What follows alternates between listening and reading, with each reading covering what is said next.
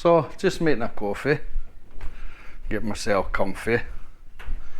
I'll tell you what happened to me at the weekend. I wasn't going to say anything about this because it is a bit, I don't know,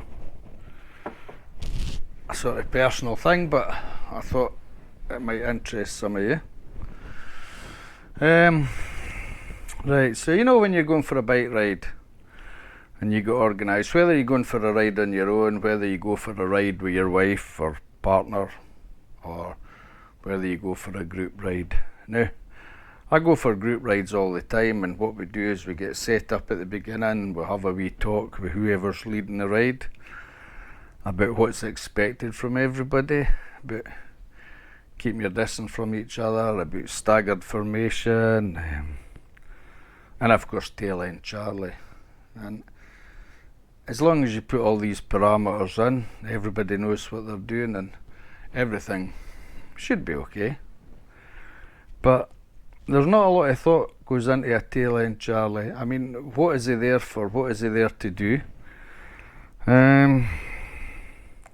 Tail end Charlie during the Second World War was the gunner that sat in the tail end, who protected the whole squadron. Well, protected that plane with a machine gun.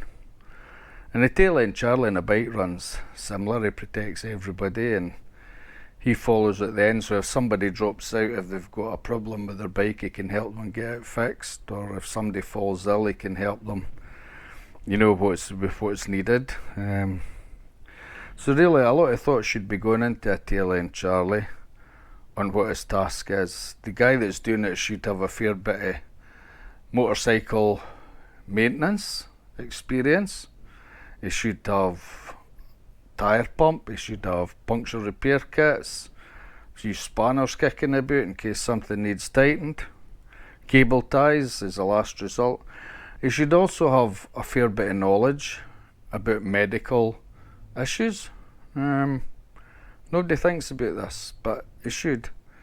Now when we go on a ride, we've got people from all walks of life in our club, and you can have a tail end Charlie that's got good mechanical knowledge, but he's no good unless he's got a kit there with him to help somebody get their bike back on the road.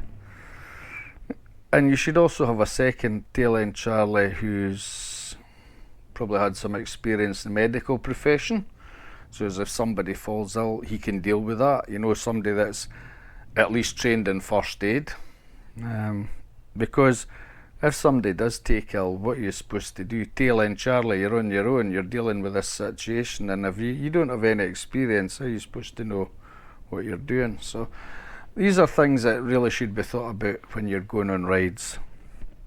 Now, that's as a group, but what about as an individual?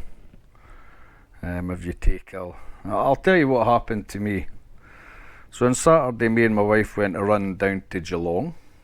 We took the KTM and we got down there. We had a look in one of the motorcycle shops. I was looking at different bikes. I'm not really interested in buying anything at the moment, but I like to have a look and see what's on offer and see what the prices are. And anyway, we did that. We had a coffee down there, and then on the way home we stopped off at Lara. We had a coffee in there as well. And then just before we got home at Wyndham Vale, I was coming up to these roadworks and something flew into my helmet, a bee, hence the mark here. A bee flew into my helmet, and now I've had bees flying in my helmets 100 times, and I've had them sting me on my face, between my eyes. It's lucky to wear glasses, especially if you have your visor open a wee bit. And all these times I've been stung. You know, I've pulled the bee, thrown it away, I've got hold of the sting, pulled it out, whatever, and I'm fine. Never bothers me, never bothers me. Anyway, this bee stung me, and I pulled into the side and I says to my wife, I says, there's a bee stung me, and it was still on my face, so she grabbed it and pulled it off. And then she pulled the sting out and she showed me it, you could see the sting. And that was fine, so then I takes off. And it was a bit sore, you know, but no more than a usual bee sting. And I got 2 minutes down the road, and when I got down the road, I says to my wife, because we had the intercoms on, I says, I don't feel well. I says, I feel a wee bit sick. And she says, you should maybe pull over. I said, yeah, I'm going to pull over. So I did pull over, and she got off the bike. I switched the engine off, and I got off the bike. And as I got off the bike, I dropped to my knees. I just lost all my energy. My body was shaking. I had no strength. And I thought, Jesus, what's happening to me? And I fell to my knees, and my wife's saying, are you okay? Are you okay? Now, I'm never scared to admit where I work, okay? I work in the prison service, and I'm quite proud to work in the prison service. It can be a rewarding job, you know, helping people out. And I'm never shy to say where I work. I'm proud of my job. And in the prison service, it's funny that there used to be a standard joke, you know, when I was young I wanted to be a policeman, then I wanted to be a fireman, then I wanted to be a paramedic. So I decided to join all three and become a prison officer. Which is true, because in that job, you know, fireys, ambos can't come in till the place is locked down and secure, which means we have to be trained in dealing with fires, we have to be trained in medical issues, and we're quite well trained, I would say. And it's part of the reason that this saved my life, because when I dropped to my knees, I started having difficulty breathing. I could feel my mouth, my tongue going all numb. Right away, through the first aid training, the extensive first aid training that we've had, I knew it was anaphylactic shock. So my wife's standing there, are you okay? Now she's a fully trained nurse. And she says, are you feeling okay? What's wrong? Tell me what your symptoms are. And all I could get out was anaphylactic shock. So right away she phoned 000, called the ambulance, and the ambulance came out. So it took the ambulance about 10 minutes to get there, which was pretty good going for where we were. And from the time I got stung till the time that I told her to phone 000 was about 5 minutes. So you're talking 15 minutes all in since I got stung till the point that they arrived. Now, I can't remember a lot of what went on while I was lying on the ground for that 10 minutes, because I was sort of coming in and out of consciousness. A lot of the time I could hear noises in the back, but I just didn't know what was happening.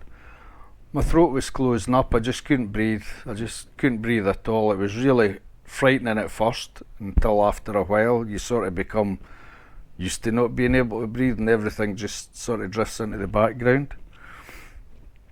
But it was scary. And I can remember a woman who stopped, and when my wife phoned 000, she says to the woman, where are we? And she says, oh, you're in the corner of Bulbin McGrath Road, which was a great help. So the woman stayed around until the ambulance came. I think she thought of comforting my wife, but she wasn't doing much comforting, because when she looked at me, she says, he's going purple, he's going purple. My wife's saying, yeah, that's anaphylactic shock, you know, he can't breathe, he can't get oxygen. Nothing they could do for me, absolutely nothing. So a lot of other people stopped, a lot of bikes, cars, vans stopped to see if I was okay, and my wife says, yeah, we're just waiting on the ambulance, and a big shout out to all these people that stopped. I mean, you know, in this day and age the world can be a horrible place, but to think that people will stop when you're in difficulty is just, yeah, it's a good feeling. It really is a good feeling, you know, to think that if I had been on my own, somebody would have stopped and helped me. So anyway, the ambulance came, and they grabbed my arm and sort of pulled it out for me to give me an injection of, what is it they give you, adrenaline? Yeah, adrenaline. And all I could hear was them shouting at me, you know, they were going, come on Daniel, breathe, breathe, you know, breathe. And they kept going on like that, and I'm in my head, I'm saying, I can't breathe, I just couldn't do it, I just couldn't get my breath. So they persevered for a minute or so, and then they gave me another shot of adrenaline, and they're shouting at me to breathe, and I started to breathe a little bit. I could get a little bit of oxygen in, which was good. And they were saying to me, can you crawl to the trolley? The trolley was right in front of me, but I'm too big and heavy for two young female paramedics to lift. So I don't know how I did it, but I gained this wee spout of energy, and I just sort of moved forward onto the trolley, and they swung me around and strapped me down. And the minute they strapped me down, I was, I couldn't breathe. I couldn't get air again. It started again. So they lifted me up, got me into the ambulance and gave me a third shot of adrenaline. And then off we went, off to the hospital. So I was drifting in and out again, and then I remember we got so far up the road and I couldn't breathe. I just couldn't breathe. And I heard the paramedic say to the one that was driving, he's going down again. We'll need to give him another shot. And I heard her saying, yeah, just give him it. So they gave me a fourth shot. And after they gave me the fourth shot, after about a minute, I started to breathe a wee bit better. And all of a sudden I felt I was going to vomit. Now, I know through, learning about anaphylactic shock, that it does make you feel like you want to be sick, but you can't because all your muscles are contracted, everything's held, But the minute you start feeling that you're going to throw up is a good sign, because it means everything's relaxed and then it means you're going to be able to breathe.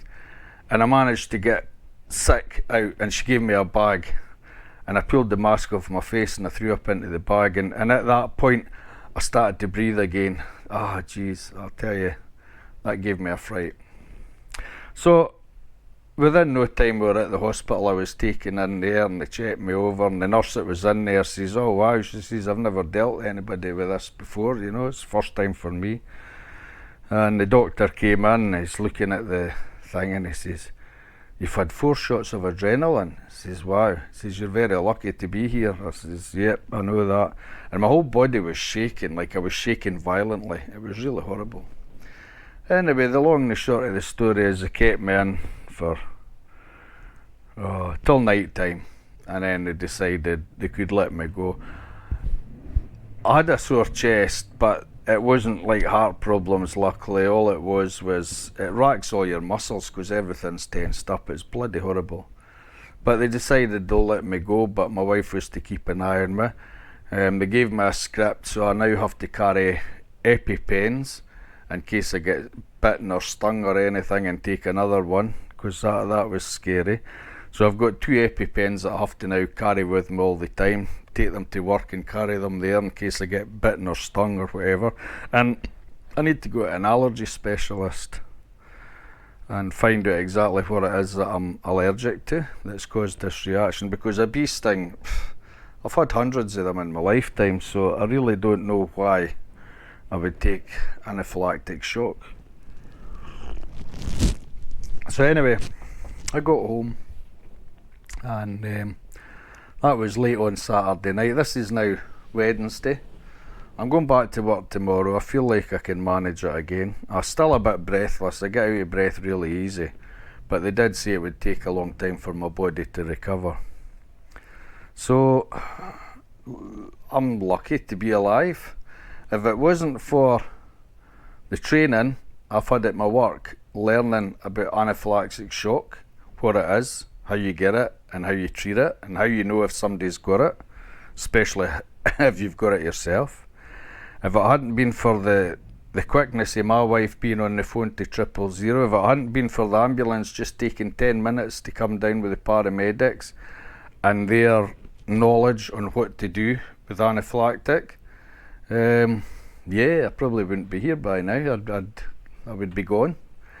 And it's a horrible thought, because now if I go out on a bike, I've got to sit and think about keep my visor down so as I don't get bloody bees going into my helmet again, because I wouldn't want to go through that again. Even although I'm carrying EpiPens, I just wouldn't want to go through that again.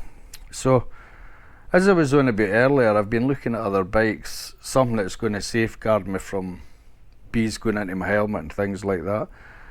And one of the bikes that I've been looking at is the Honda Goldwing.